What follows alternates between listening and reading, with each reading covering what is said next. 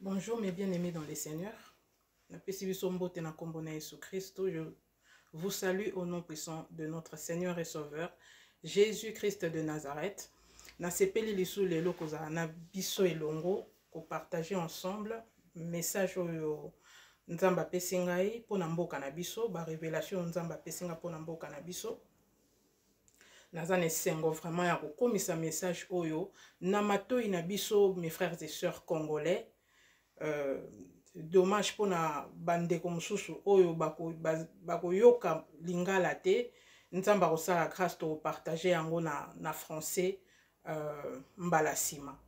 Mais nazo traduire vraiment message oyo na munoko na biso na lingala po et parvenir vraiment malamu na matoi na biso nyonso tout ba frère na ba sœur nanga congolais. Donc voilà. Mais avant tout les kana message na biso nzamba pesi biso message pour mboka a révéler ngai mosali na ye moumbu na ye messagère na ye sentinelle na ye ba makambo o ezo le kana mboka na biso po ete na komisa na matoi na biso mes frères et sœurs yango nazo sa devoir nanga o nzamba sengi ngai ya komisa message oyo na matoi na biso. Donc voilà, mais avant tout banda na ngai quand même lelo bandeko balanga mama dasa loba message nga na yaka na idée que na loba message mbala moko et na bosanaka mingi kosala vraiment devoir oyo ya ko pesa bino merci ya ko remercier bino mes frères et sœurs bandeko nanga oyo balanda ba révélation nzamba zo pesa biso bandeko nanga oyo bayokaka mongonga nzambe po nzamba lobi c'est brebis entendre sa voix. Alors ba brebi na ye ba pate na ye soki ba yoki mongongo na ye bakangaka motema te balandaka mutu mususu te po ba yebaka ba reconnaissaka mongongo na ye.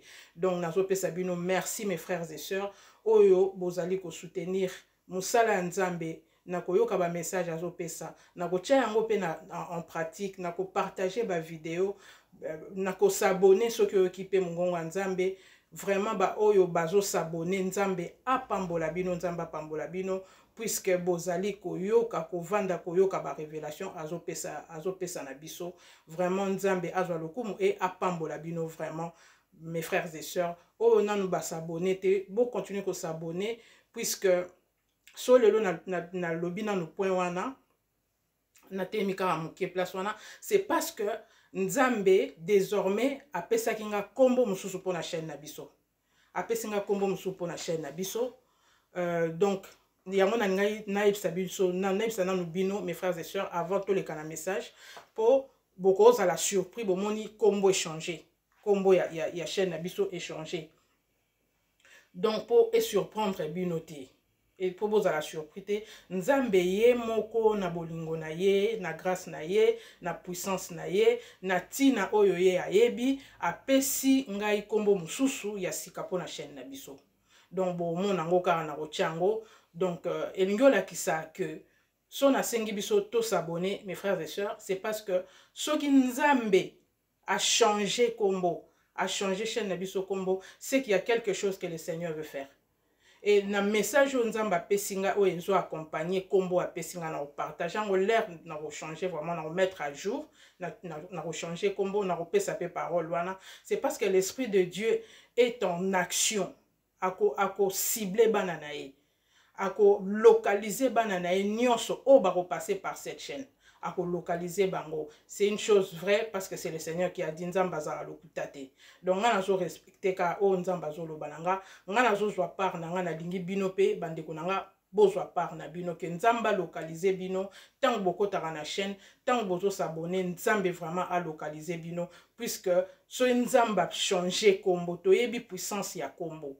Toyebi eloko nini evandaka na kati ya kombo tant nzambe a intervenaka pour changer mutu kombo to changer eloko kombo c'est que le Seigneur va y travailler vraiment puissamment nzambe ako sala makasi na chaîne oyo. C'est pourquoi nga nazo yebisa biso bandeko nanga to rater par na biso te to s'abonner to zala vraiment surtout attentif na makambo nzambe azoloba to sunga bandeko to partager na bandeko po nzamba zo mona biso. Le Seigneur sait ce qu'il fait. Donc et ça vraiment plus pour nanga ite musalo nazo sala mais nzamba zo utiliser nga pour na bino mes frères et sœurs. Voilà. Message nanga na pesa parenthèse wana yango wana. Donc voilà, na koti nazo kota na message o nzamba pesi biso pour apesi ba peuple na ye. Donc eza message mibale. Eza en fait message mibale mais eza deux messages deux révélations, hein? Donc deux rêves mais eza un message moko. Eza un message moko. Donc nzamba pesa nga moko avant. Tant apesi nga moko avant comme nga na ngako. Koza vraiment sûr ne loko nzamba zoloba nga so nzamba pesi nga message na loba ngomba monte na ko bimisa ngomba monte fo na sambela na mpona ngo na meka ko comprendre nzamba zoloba nini na comprendre vraiment elo nzamba nga loba nanga so na sambeli na zui temps ya ko sambela pona ngo et nzambe a bakisaka. Donc nzambe na biso na comprendre était pour muta comprendre nzambe était mais j'ai un peu compris ce qu'il fait avec moi. Donc so na sambeli plus a roya sur ko pesanga a bakisa lisusu na oya pesa kinga. Donc so zo luka nzambe plus nzambe pas zo bakisa. So zo luka de plus en plus et puissance na e pas inayo mutu zo luka azo bakisa yango. C'est donc ça. Donc, tant on a bondé là qu'il sous un deuxième message, deuxième rêve, il y a un zoloba à compléter et à la kisinga siko clairement, plus clair que à la kisinga, il y a un sali message mon quoi, il y a un partager na biso siko mes bien-aimés dans les seigneurs. Donc message à liboso na komarnion so ba ndekolanga na lobango tout le temps na komaka donc au carnet kuta sika le sous na fongoli.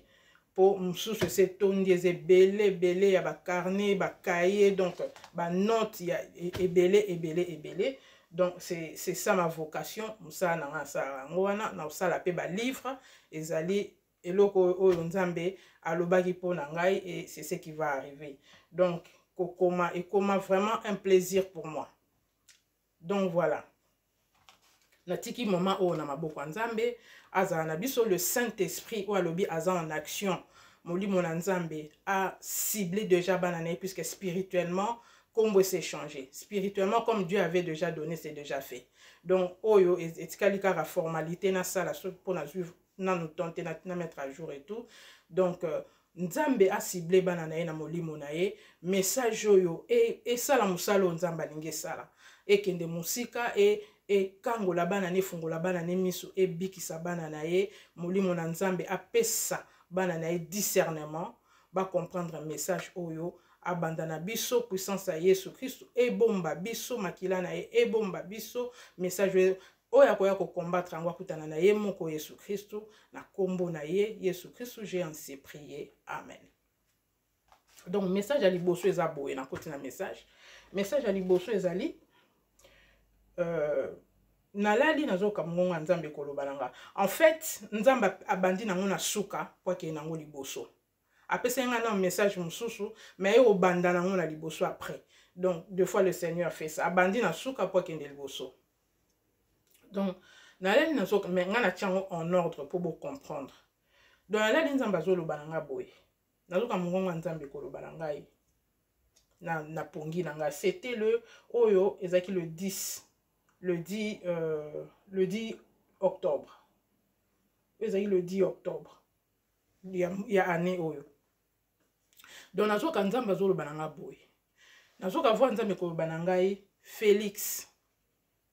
Donc message oyo ezo concerné mokonzi ya mboka na biso et ezo concerné directement congolais nyos. Tant nzamba zo viser mokonzi ya mboka, azo viser peuple ya mboka wana. Pour liboso nanu ya avant le président mokonzi mboka ezakana no peuple. Donc nzamba zo bananga boye. Félix atie ba nyoka na ville. Abandé l'histoire binanga Félix a placé ba nyoka na ville. Félix atie ba nyoka na ye, ba nyoka partout na ville. Lilo banzamba lo bainanga ka yango wana. Et s'il y a après, nazoka mungongo na nzambe ko expliquer nga pesinga 3 éléments. Mungongo na nzambe zo sanga boy. La ruse, mensonge, destruction apesinga biloko wana misato nakomaki yango po aya kokotisa nga sikoyo na liloba na ye mpona comprendre eloko nini nzambe alingi aloba malamu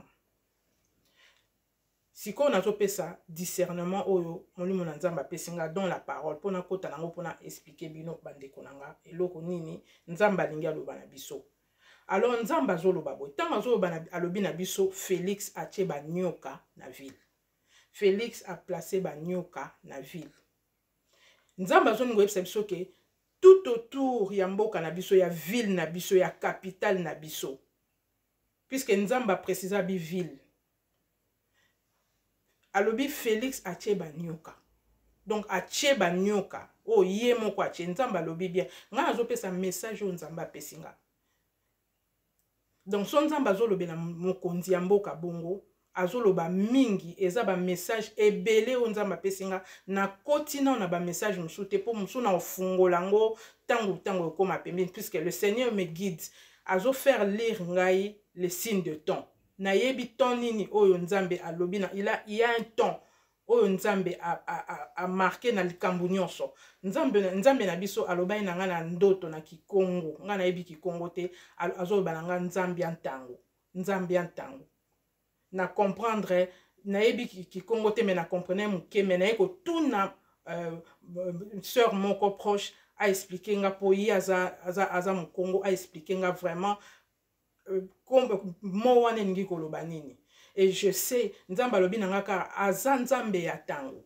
donc il y a un temps oyo nyonso nzambe atiaka soki temps wana esekule esili likambo oyo alobaki fo esalama donc ntango nzambe azoloba bongo nzambe azolinga oloba ya biso ke Félix aza entouré na banyoka aza entouré na bato mabe aza entouré na bato ye moko ayebi ke baza malamu te et soki nzambe alobi nyoka abengi bango ba nyoka c'est spirituellement nyoka définition na ezali nini po biso peuple congolais to comprendre po to comprendre ba nyoka basalaka nini baza nini et pourquoi ya ko placer ba nyoka et ye moko aza nani po yo placer ba nyoka za na makasi ya kosimba nyoka o placer yo moko oza nani yo fozala ndenge nini eza clair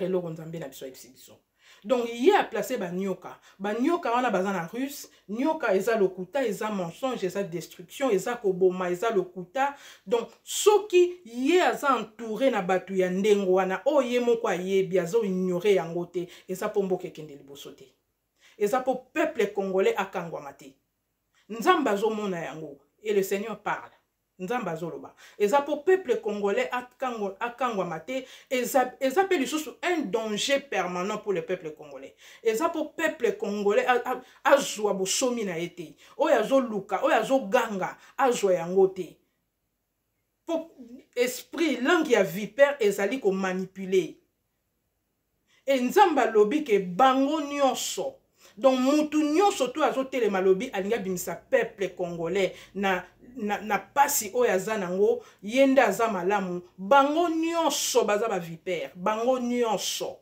nzambe alobi bien et nzambe azopesa nga moko na bango nalobi nakobimisaka moko soki nzambe a permettre.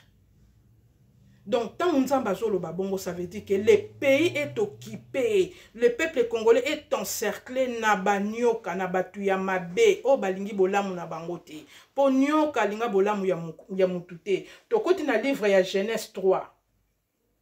Bible de exception na livre ya Genèse 3 que le serpent était la plus rusé d'animal. Il y a reptiles parmi tous les animaux de la forêt. Oyo nzambe akelaki. Pon nzambe mutakela akela nyoka wana. Ezali parabole, soto bito kota na profondeur to comment ko expliquer nyoka zara mutu après nzambe alobi no tout ça là non. Toye ofungola na parenthèse on a so pesa kaka parole oyo nzambe apesi po to comprendre. Biso sikoyo bana nzambe devoir na biso eza to kota na makomi. To kota na livre à Genèse na verset 3, tout comprendre serpent azanani asalara nini serpent yara kolukani na vie ya Eve ayeki kolukanini serpent tina na ye ezali nini et soki mboka na biso eza entouré na ba serpent toko s'en sortir te soki tozo sala bango confiance C'est pourquoi nzambe azobenga biso azo interpeller biso bandeko tozo bima libanda na ko marcher ko revendiquer ba droit na biso, bien que c'est le Seigneur lui-même nzambe ya Congo, nzambe fumuki mbangu ye moko ako libérer Congo, ye moko bandeko to bima libanda to tambola to ko mona résultat nango tant que to ko reconnaître nzambe azoloba te. Ye moko muta akokangola Congo, ye moko Congo aza Congo. Na sina pesi message au plusieurs fois nzamba lobi nanga ezanga moko na lobi olinga Congo ndengo linga kanga po ezanga moko. Donc muta kokangola mboka wana ezali ye moko nzambe na biso.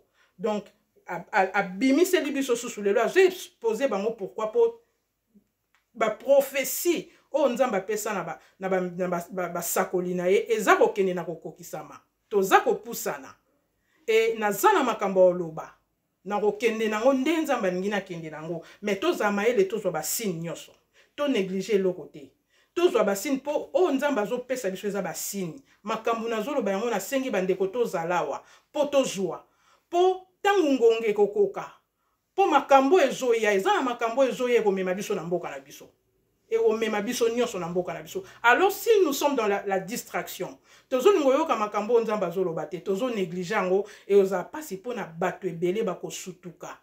Il y a beaucoup qui ne verront pas la gloire de Dieu. Donc voilà, nga musana zo sala lelo yango wana. Nga nazo zwa par na ngai, nazo mema pe par na bino bandeko na nga. Voilà eza bon eza message à liboso nzambe apesa ki ngai. Et so to koti na kati ya makomi to komona ke nyoka zali plusieurs fois nyoka ezaka ka oyo akosaki FT nyoka eza na ba signification ebele eza parabole ezo désigner biloko ebele ba comportement ebele ya mabe eza donc en bref comportement ya mobomi ya biso ya peuple congolais azali nyoka po mutu abimisa ba nyoka ye moko fwa sala nyoka. Donc voilà. Ngai nzamba lobi na nga na loba oyo ye alobi. Alors nakina message ami balé po nzambe ala kisanga ke effectivement batu nyonso bazali wana ba dirigeant nyonso tu ya Congo bazali ba nyoka bazali na langue de vipère bazali na milimo ya malamu te bazokonza mboka na molili.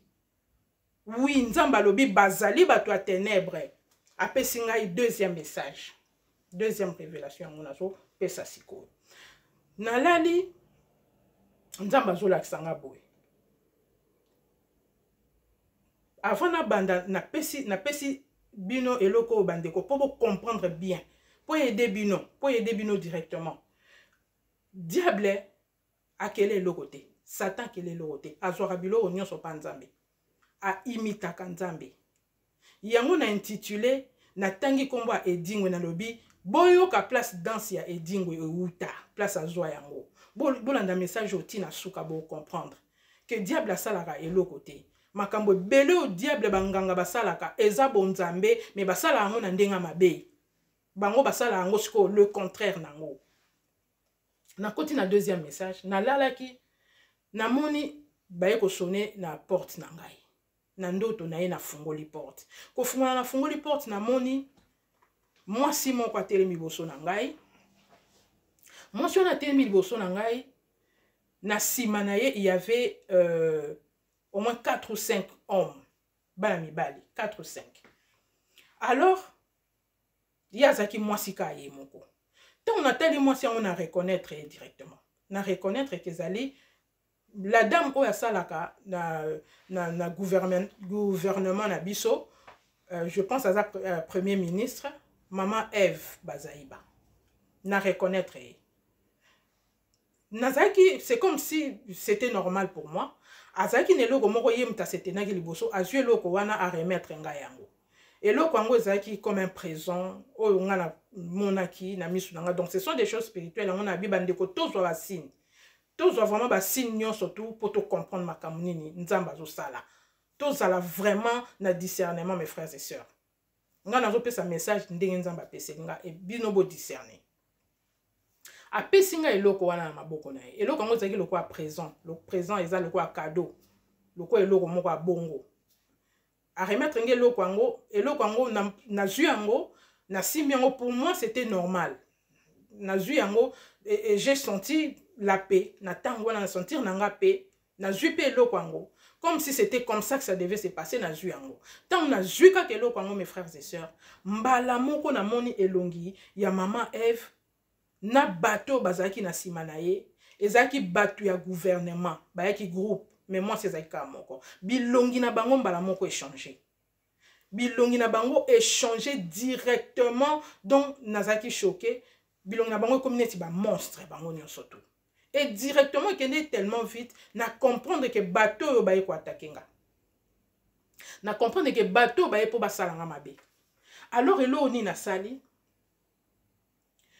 mbala moko na tali likolo mbala moko na tali likolo na tie miso na nga na likolo eloko bapesa nga na simbi yango na loboko oyo na tombo liboko na nga oyo à droite na tombo yango vers le ciel na bandi mbala moko ganga Yesu Yesu Yesu na bandi ganga na donc nazo invoquer Nzambe nazo ba Yesu Yesu nazo invoquer Nzambe ko invoquer mbala moko na moni ciel est comme bleu makasi vraiment après kokoma ciel est comme bleu directement ciel et bandi kokoma neti noir neti orageux so neti mbule ninge beta ndenge salaka et sali neti mwindu mbala moko et c'est le quoi vraiment mbule ninge kweya mbala moko na moni orage donc kake orage ndenge salaka na moni yango neti singa ndenge kake ezalaka ndeka kake tomona yango esala tomona yango na musika na ba télé partout na moni yango esali ndenge wana likolo ekaboli neti ekaboli ciel efungoli ciel ebandi kokita orage wana ebandi kokita l'air orage wana ekiti orage wana ekotinga na loboko et glisser na loboko na nge ekoti l'air ekotinga na loboko orage wana ekotinga na loboko directement c'est comme si automatiquement na yebaki eloko nini fo na sala mbala moko na se tourner na jwe loboko nanga place orage ekotaki na talisi yango bango na talisi groupe wana ya bato bayaki po ba attaquer ngai donc en fait bayaki nde po ba attaquer ngai ko remettre o ba remettre nge loko wana bazaki donc ne sengote après wana bazaki na idée na bango ye loko banga ba salanga alors na jwe loboko nanga na talisi bango mbala moko na bandi ko loba na bango na bandi ko poser bango question na poser bango question bango nyonso na tuni bango nani mokonzi tant na tuni bango bongo automatiquement bazongiselinga Yesu na tuni bango lisusu nani mokonzi bazongiselinga Yesu mwasi wana na bato bazali na sima na ye nani mokonzi ce sont des signes nyonso neza ba signe na tuni bango nani mokonzi ba répondre nga Yesu sikonga na bandi ko tuna bango bazozongisa na so tuna bango bazozongisa mbala moko ekomi lokwa ya nzembo nde place na lobi na comprendre ndenge dingwa zayi ko binisa bato donc en fait edingwe azwa makambo ko binisa bato na bonganga na bakisi mezana ngo bonzambe eza makambo ya nzambe nzamba za puissant makambo o nga nazomona mais non c'est le bonheur quoi eza ko vivre makambo aboye mbala moko le nazotuna bango bazozongisa bato nazo poser bango question mbala moko babandi ko bina ndenge dingwa zaka ko binisa bato na bandi ko binisa bango nazotuna bango nani mokonzi bango bazozongisa Yesu babandi ko bina babandi ko seka bakomi lokwa bakizengi bakomi lokwa donc na comprendre effet wana o edingwa zaki ko sala donc nzambe na biso azali nde to bengaka nganga ya banganga muta mokili to ndoki to diable zabulu akela na eloko te babandi ko bina bakomi lokwa bakizengi ba perdre contrôle mbala moko na moni mibali mususu bazaki na sima wana 2 ou 3 mbala moko bilamba na bango échanger bakomi basi balongwe mibali bakomi basi nazo ba makambo oya somo na lobby ya solo ba témoignage oyo na yoka ya mvuluzi kimbangu mususu o akomisa mobali mwasi na moni yango na misu nanga bakomi basi bilamba na bango échanger bakomi basi et ba s'éparpiller mbala moko babandi ko kende oya ke à gauche oya ke ba panzani donc ba perdre mutu bakomi liboma kizengi mibali bakomi basi nazomona vraiment balati bazuna banzoto ba forma basi elekeli ngai makambo nzamba azosala elekeli ngai bandeko nzambe akosaka te na makambo azosala makambo ezo sala mabatu nyoso bazana gouvernement nzamba zana kanda na bango nzamba zana kanda ba o bazo nyoko la peuple congolais nzamba zana kanda tala makambo nzamba zo sala oyo nyoso so benga bango na repentance po nzambe sora perdre ba âme na bango et baby eza perdu nzamba ko gagner nini qu'est-ce que le Seigneur va gagner là-dedans rien du tout oyo nyoso eza repentance ba panzani bakei nde nzamba zo pesanga parole o na Marc 16 na livre ya Marc 16 nzamba zo loba na biso boye qu'est-ce que la parole nous dit dans le livre de Marc 16 voici les miracles qui accompagnera ceux qui auront cru en mon nom po oyo ebinisaki bango ezaki kombo na Yesu voici les miracles qui accompagneront ceux qui auront cru en mon nom ils chasseront les démons. Pour na mona na miso ngeza ki ba démon, batu babaluki ba komi ba démon, mais bato to mona na moi to mona bango batu.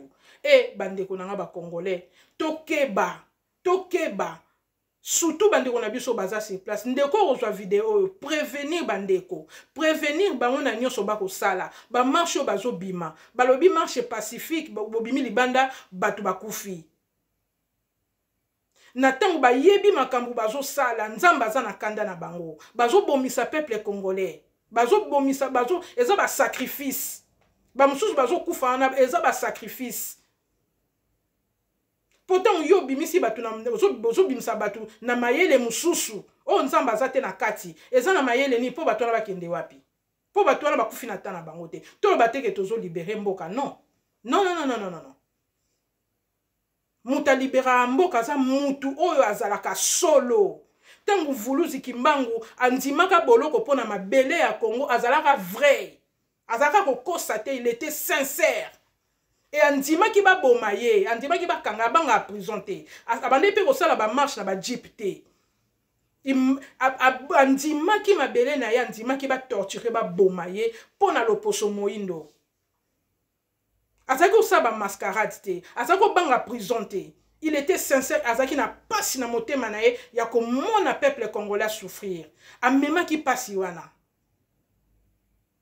Ou ondimi yango yo mitie liboso pour to mona sincérité na yo sans ko détourner peuple tout le temps ou bien au vandi na ndaku na yo. Ou bien on va dire nanda kunayo, ngana lobi nazo sa part nanga. Qu'est-ce que j'ai fait? J'amène le message que le Seigneur me donne. Son nzamba pesi nga message na memi yango, na ye na pesi, c'est ça mon travail. Musa nzamba pesi nga yango wana. Bazo ya pe ko attaquer nga po nazo ya ko loba vérité. Ezamba la liboso te ba attaquer nga. Mais mutu pe o ya jouer responsabilité lobi ngai na s'opposer na makambo oyo, nga na boyi makambo oyo. Zala pe sincère. Tangu mvulusi kimbangu boyaki pasi ya bandeko ne ya bana ne ya bakoko ne ya peuple congolais andimaki pasi andimaki boloko andimaki liwa ata Nelson Mandela kuta andima prison soki combien d'années non na mona makambo te na boyi kokota en profondeur pour message na ki kopesa ezali yango o na pesi biso ba verset oyo mi balé to comprendre en fait ezali puissance ya kombo na Yesu Christ. Et sa puissance à combo nae. Combo ya Yesu Christ na expérimentant on a ndemon, je peux plus compter les nombres de fois. Donc il y a un message na memela ibiso, ba frère nanga, ba sœur nangai, bon comprendre makambo nzambe azo biso tangu ezali penza mabe et tangu ezo koma boye, bandeko nanga na ebisi biso e koma lisu mabe makasi. Ba mort ba kozale belé puisque le peuple congolais est incrédule misusu. Mususu baza ba incrédule. O bazo comprendre nanute. O yazo comprendre te azan incrédulité.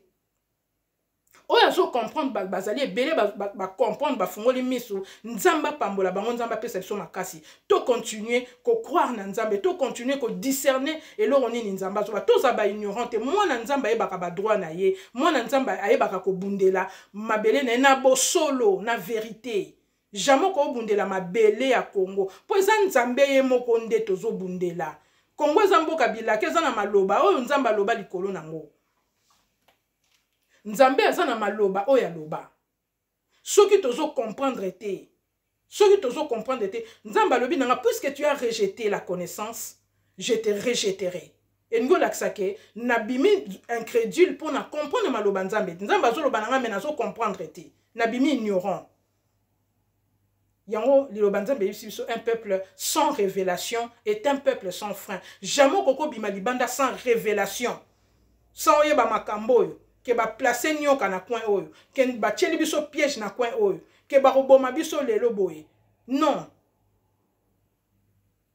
Toyebi bien que ma belle sengaka, libération mususu sengaka makila mais nzamba permettre ngo ye moko. Muto azokende so azokende na bosolo, alors ça sera la volonté de Dieu. Mais ce que sa volonté nzambe te muto na zana nzambe te ezali ba sacrifice. Ezaba ekomi ba sacrifice. Vraiment nzambe azwa lokumu bandeko na ngai apambola biso apambola bandeko oyo boyoki oyo bosabone nzambe vraiment amona bino cible bino molimo na nzambe et cible bino et localiser bino esika nyonso tu bozali bo partager message na bandeko surtout bandeko oyo bazobima bako marcher lisusu soki le 13 vraiment bandeko bopesa bango parole nazo bondela pona bango nazo bondela pona bango nzambe akotika bango te me bayeba nzambe bandimela nzambe nzambe apesa bango pe ba révélation po apesa na mutu nyonso oyo alukaka ye vraiment soki Yesu Christ azongi te nasengi biso merci et moi vraiment je vous dis à très bientôt mes frères et sœurs na eloko moko pe na ngana na loba mingi nzambe azo yekolisa nga munoko oyo nayebaka teke na koyekola ngo spirituellement kikongo soki Yesu Christ azongi te. Moi, je vous dis à très bientôt. Ingeta. Ingeta. À très bientôt, mes frères et sœurs. Ben, Voulouzi, ben, Yesu Christ, que le Seigneur Jésus-Christ nous garde et nous accorde longue vie, tout le monde à gloire, au nom de Jésus-Christ.